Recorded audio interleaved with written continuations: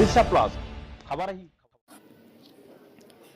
उपखंड स्तरीय धान संग्रह कमिटी बैठक आज गंजाम जिला भंजनगर उपखंड भंजनगर नियंत्रित बजार कमिटी सभागृह रे उपखंड स्तरीय धान संग्रह कमिटी बैठक अनुष्ठित हो जाइए।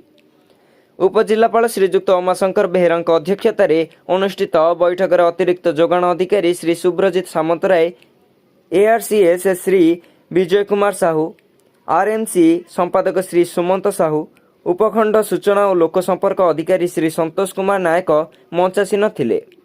उक्त बैठक में चलित मास 23 तारिख गंजाम जिला भंजनगर उपखंड रे खोलिब खरीफ धान मंडी 2026 मार्च 31 पर्यंत यह चलिब।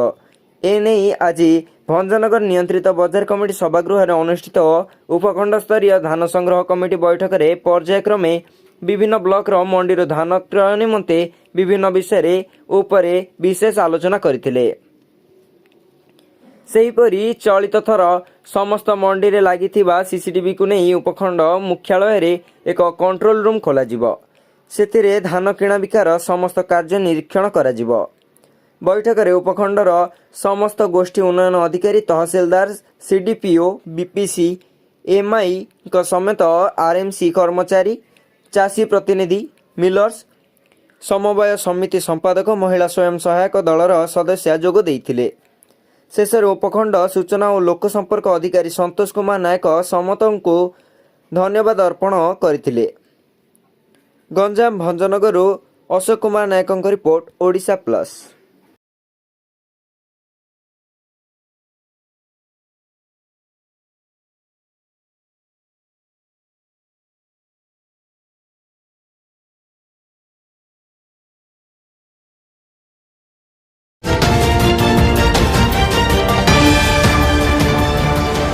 ओडिशा प्लस खबर ही